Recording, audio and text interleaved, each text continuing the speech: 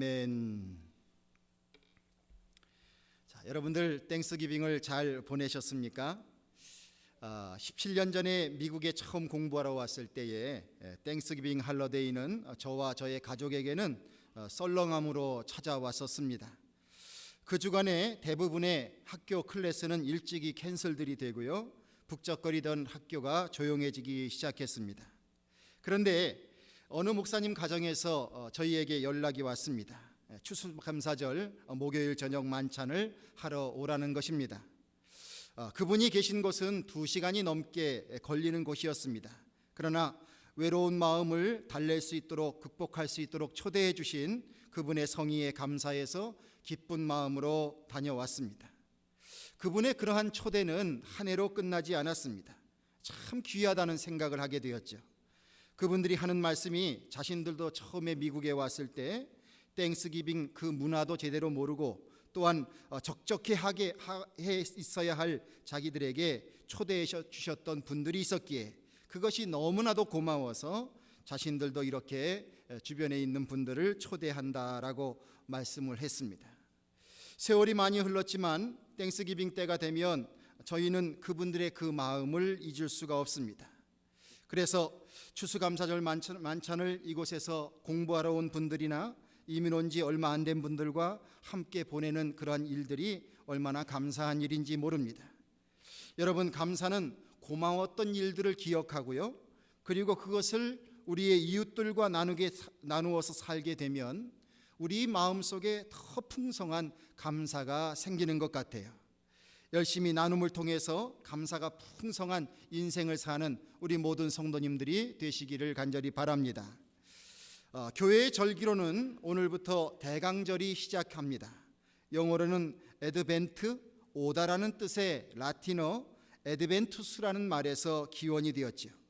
성탄절 전에 4주간을 말하고 있습니다.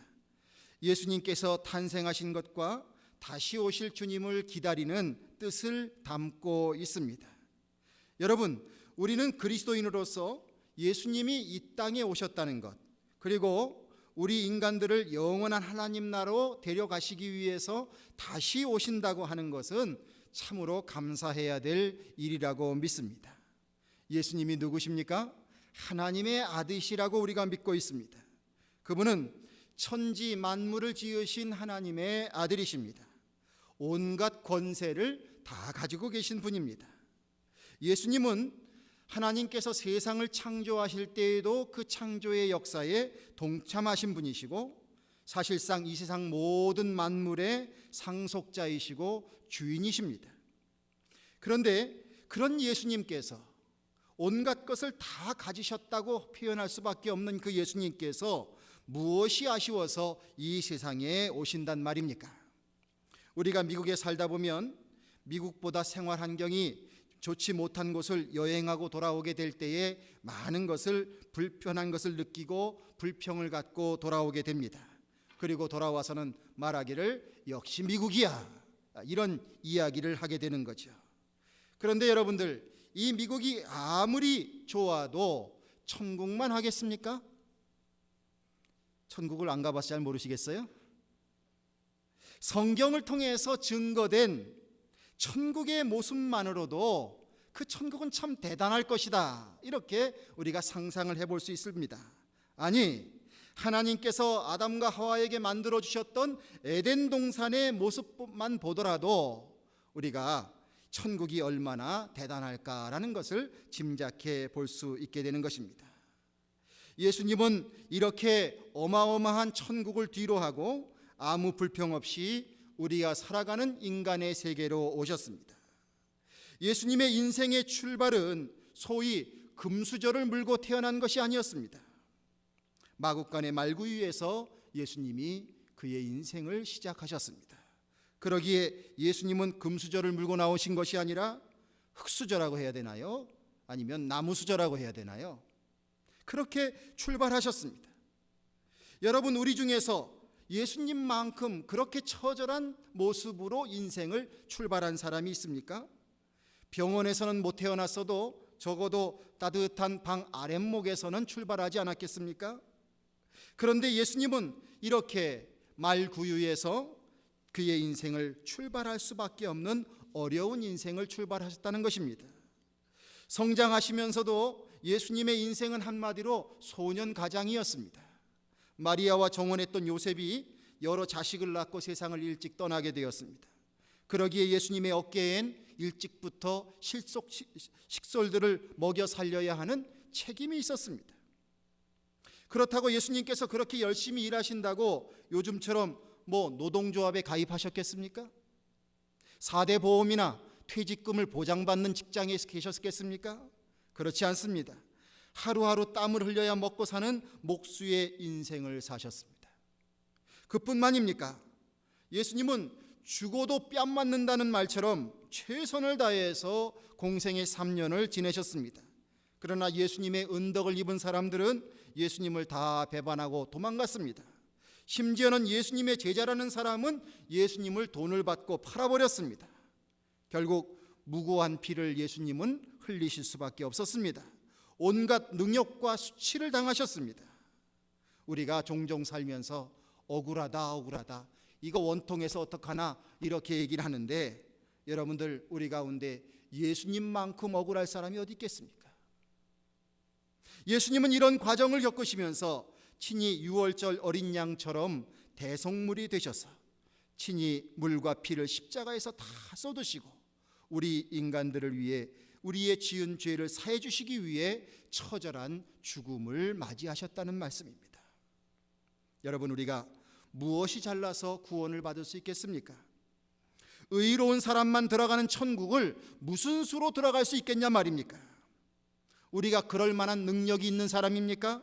그만한 소양이 있는 사람입니까? 그만한 인격을 갖춘 사람입니까? 그만한 훈련을 받은 사람입니까?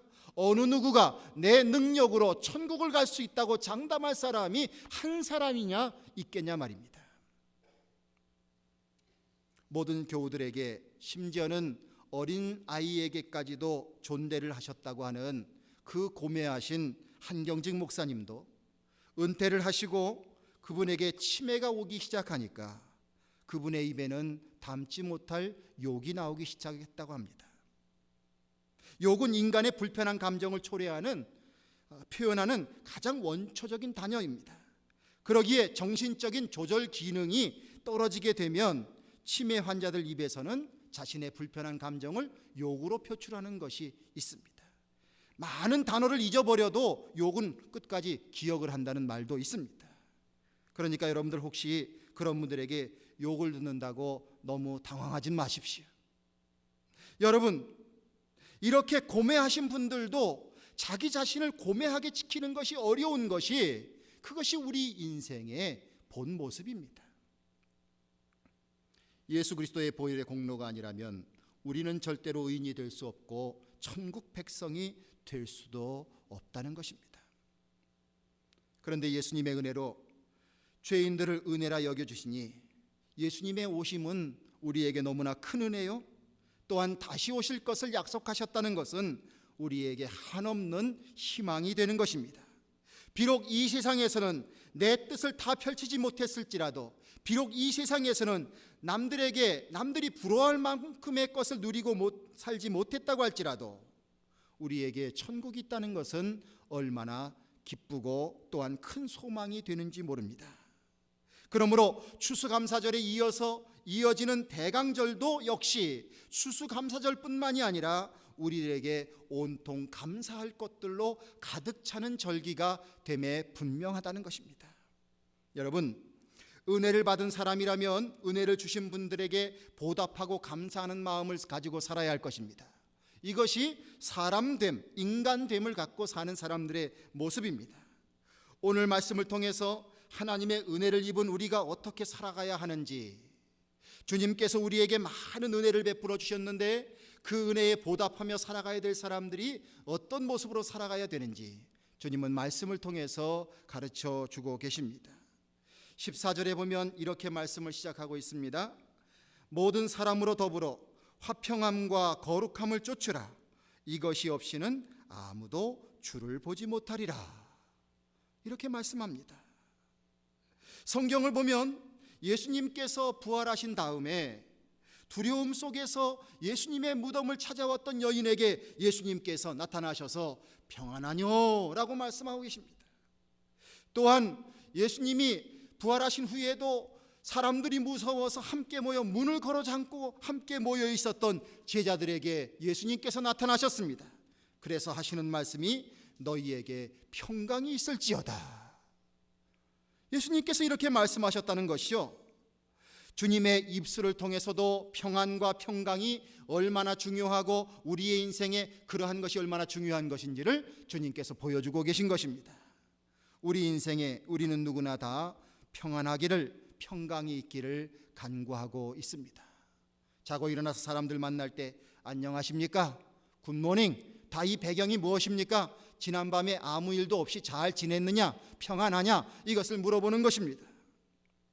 예수님이 우리에게 오신 이유, 우리를 구원하시기 위해서 오신 것인데, 이것을 다른 표현으로 말한다면 이 세상의 죄악 가운데 평안 없이 평안을 모르고 살아가야 하는 절박한 인생들에게 주님께서 드디어 진정한 평안을 주시기 위해서 오셨다, 이렇게 표현을 해도 맞는 말씀이 될 것입니다. 그러기에 우리 주님은 평안을 이루어내시는 분이시요, 또한 의로운 분이시요, 그분에게는 거룩함이 있으신 분이십니다. 우리가 주님의 제자가 되었다면, 하나님의 자녀가 되었다면 예수님의 이러한 평안의 본성, 의로우신 본성, 거룩함의 본성, 이 본성들을 본받아 살아가는 자들이 되어야 될 것입니다. 그러기에 14절에서 시작하는 이 말씀은 우리들에게 굉장히 큰 교훈이 되는 말씀입니다. 오늘 한 번만 듣고 지나가는 말씀이 아니라 내가 살아가면서 계속 되새겨야 할 말씀이 바로 이 14절의 말씀인 줄로 믿습니다. 여러분들, 우리 자신을 한번 돌아보시길 바랍니다. 우리는 과연 모든 사람으로 더불어 화평함과 거룩함을 쫓고 있습니까? 우리가 이것이 없이는 주님을 볼 수 없다고 그랬어요. 구원받을 수 없다는 뜻도 됩니다. 또한 주님과 동행하는 믿음 생활을 하지 못하고 있다는 뜻입니다. 우리에게 화평함과 거룩함이 없다면 과연 나는 믿음의 사람이 아니다, 그것을 반증해 준다는 뜻입니다. 그렇다면 과연 우리가 주님을 보면서 신앙생활하고 있는가, 내 자신을 돌아보게 됩니다. 내가 믿음이 있다고 말할 수 있겠지만, 그러나 이 말씀을 대면하게 될 때 등골이 오싹해지는 말씀입니다. 여러분들, 이 말씀을 그렇게 느끼고 계십니까? 요즘은 개인주의가 팽배해져서 그런지 좀처럼 자신의 개성을 다른 사람들 앞에서 조절하려고 하거나 또한 맞추려고 하는 모습이 적습니다. 너도 나도 여기저기서 자신의 목소리를 높입니다. 자기의 주장을 크게 합니다. 그리고 목소리 큰 사람이 이긴 승리자라고 생각도 하고 살고 있습니다. 화평한 것을 축복으로 여기지 아니하고 오히려 이것을 맹숭맹숭한 심심한 것으로 여기는 사람도 있다는 거예요. 참 어처구니 없는 소리도 들었습니다. 목사님, 천국은 재미없는 것이 아닙니까? 맨날 찬양만 하고 긴장도 없고 얼마나 심심하겠어요? 차라리 스릴 있는 지옥이 재미있지 않을까요? 이런 허황될 말을 하는 사람들도 있다는 거예요. 늘 감정의 기복을 추구하고 불안의 요소를 만들어내는 사람이 있습니다. 이러한 불안한 요소 속에서 이득을 보는 사람들도 분명히 있을 것입니다. 시기하고 질투하고 싸우고 울고 불고, 그러다 잘못했다고 하고 사랑한다고 하고 그러다가 또 싸우고, 이걸 반복하는 거예요. 평안이 무엇인지 모릅니다. 평안하게 사는 것이 무엇인지 모릅니다. 평안을 통해서 누리는 기쁨이 무엇인지 모릅니다. 늘 내 안에서 뭔가 요동쳐야 돼요. 심지어 아무것도 없다면 늑대가 나타났다, 그렇게 말을 해야 됩니다. 여러분들, 그런데요, 이것은 예수님이 주시는 마음이 아닙니다. 이 마음은 마귀가 가져다 주는 마음입니다. 마귀의 영은 분열의 영이요 파괴의 영입니다. 결국 그 영에 사로잡히는 인생을 살게 될 때 우리는 톡톡히 유린당하고 그리고 사망의 음침한 골짜기로 들어갈 수밖에 없습니다. 우리가 더욱 모든 사람으로 더불어 화평하고 그 안에 거룩함을 추구하려면 주님만 바라보고 주님을 붙잡는 생활을 해야 합니다. 한번 따라하십시오. 주님만 바라봅시다. 주님을 붙잡읍시다. 할렐루야. 믿으시기를 바랍니다. 이 말을 다른 말로 말하면 성령을 의지하는 삶을 살라라는 말씀의 뜻입니다. 초등학교 5학년 때 외갓집에 가는 저희 형을 자전거로 배웅했습니다. 외갓집에 가려면 높은 언덕을 하나 넘어야 됐는데 형이 가져가야 될 짐이 많았습니다. 저희 집에 자전거가 2대가 있었는데 제가 하나를 타고 형이 하나를 타고 제가 형이 가져갈 짐을 반을 나누어서 그 짐을 가지고 언덕까지 갔습니다. 그래서 형에게 이제 그때부터 외갓집까지 가는 데는 이제 큰 언덕은 없으니까 짐을 실어서 주었습니다. 형은 가고 빠이빠이 하고 그리고 저는 집으로 돌아옵니다. 이제 다시 돌아오게 되는데 언덕에서 헤어졌으니까 내려오는 길이 비탈길입니다. 자전거를 타고서 신나게 아스팔트 길을 따라서 쫙 내달았습니다. 그런데 집 끝까지 아스팔트가 아니었어요. 중간에 비포장도로가 나오게 되어 있었습니다. 비포장도로로 들어서기 시작했는데 그 스피드를 그대로 유지하고 싶었습니다. 스릴을 즐기고 싶었습니다. 그런데 저도 모르게 저는 이미 정신을 차려보니 길바닥에 나뒹굴어져 있었습니다. 이 핸들을 잡지 못한 거예요. 비포장도로 그 거칠은 도로에서 이 핸들이 휙 돌아가게 된 거죠. 저는 나동가려지면서 그 핸들에 가슴을 얻어맞았습니다. 그리고 나자빠졌습니다. 헤매고 있는데 택시가 옵니다. 택시가 오는 것을 제가 뻔히 보면서도 일어설 수도 없어요. 아무것도 할 수가 없었어요. 나중에 정신을 차려서 조금 몸을 추스려서 그 자전거, 망그러진 자전거, 여러분 호구라는 단어 기억나십니까? 옛날 호구 부러진다 그러잖아요. 호구가 부러졌어요. 그 자전거를 끌고서 지금 같으면 병원 이머전시 가서 아마 가슴 엑스레이도 찍고 그랬을 겁니다. 그런데 그때는 그 자전거를 끌고 집에 가면서 아버지한테 혼나면 어떡하지? 그리고서 갔어요. 여러분들, 핸들 하나 놓쳤는데 제 인생이 얼마나 처절한지 지금도 제 가슴에는 그때 생긴 상처가 있습니다. 여러분, 우리가 주님을 붙잡지 않으면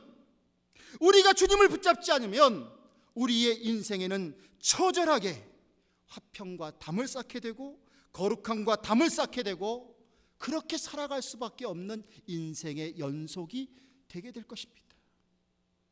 누구나 잘 살고 싶지 않은 사람이 어디 있겠습니까? 누구나 행복하고 살고 싶지 않은 사람이 어디 있겠습니까?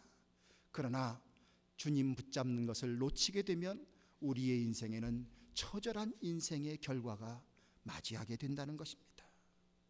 갈등하고 시기하고 질투하고 모함하며 사는 인생, 이 인생이라는 것이 얼마나 암담합니까?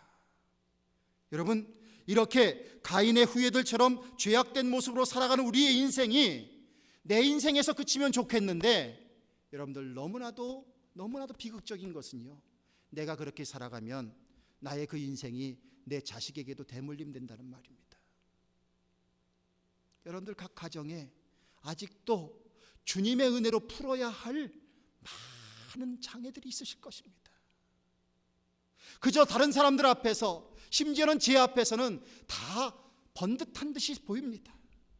그러나 문을 열고 들어가면 그 이면에는 우리가 풀어야 할 그런 많은 문제들이, 많은 정말로 골치 아픈 일들이 우리의 가정에 지금도 대물림되고 있지 않습니까? 우리의 삶이 언제나 가인의 후예로 살아야 되겠습니까? 참 치가 떨리는 일들입니다. 이 죄악의 악순환의 고리를 우리는 반드시 끊어야 합니다. 그런데 우리의 능력으로는 그게 안 돼요. 나의 아무리 쓰고 싶은 교양으로도, 내가 가지고 있는 많은 학식으로도, 내가 쌓은 많은 재물로도 이것은 해결될 수가 없습니다. 여러분들, 우리가 주님을 붙잡는 손을 놓는 순간 우리의 인생은 추락할 수밖에 없습니다. 주님 없이는 해결되지 않는 문제라는 것입니다. 그래서 좀 더 정확히 표현을 하자면 주님이 내 손 붙잡아 주시기를 간구하는 삶을 살자 하는 것입니다. 사실 내가 주님을 붙잡으면 내가 주님을 붙잡을 수 있는 능력이 얼마나 되겠습니까? 누구나 다 한때에 열심히 신앙생활 하시는 그런 경험을 하시는 분들이 있을 것입니다. 그런데 너무나 안타까운 것은 지금의 현실은 그렇지 못하다는 거예요. 그러기에 자꾸 과거의 얘기를 하게 돼 있는 거예요. 이 얼마나 안타깝습니까? 내가 주님을 붙잡고 믿음 생활 열심히 해보려고 하는데 때로는 풍파가 칩니다. 바람이 붑니다. 시험이 찾아옵니다. 작은 것은 어떻게 넘겼는데 큰 시험은 넘길 수가 없는 거예요. 그러기에 우리의 입에 이런 표현이 더 정확한 표현이 될 것입니다. 주님, 내 손 붙잡아 주세요. 주님 나를 붙잡아 주셔서 그래서 내가 주님 안에 붙잡힘 받아서 우리의 인생에 참된 평안과 거룩함을 이루는 삶을 살게 하여 주시옵소서. 이것이 우리들의 고백이 되어야 될 줄로 믿습니다.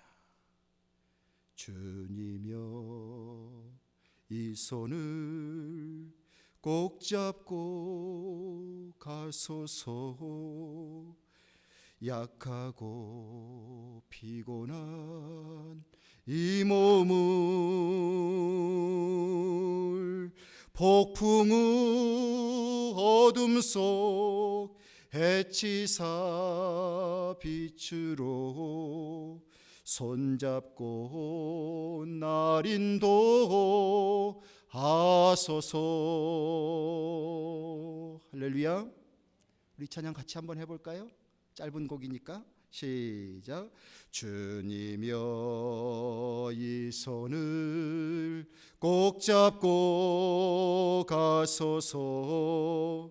약하고 피곤한 이 몸을 폭풍 어둠 속 해치사 빛으로 손잡고 날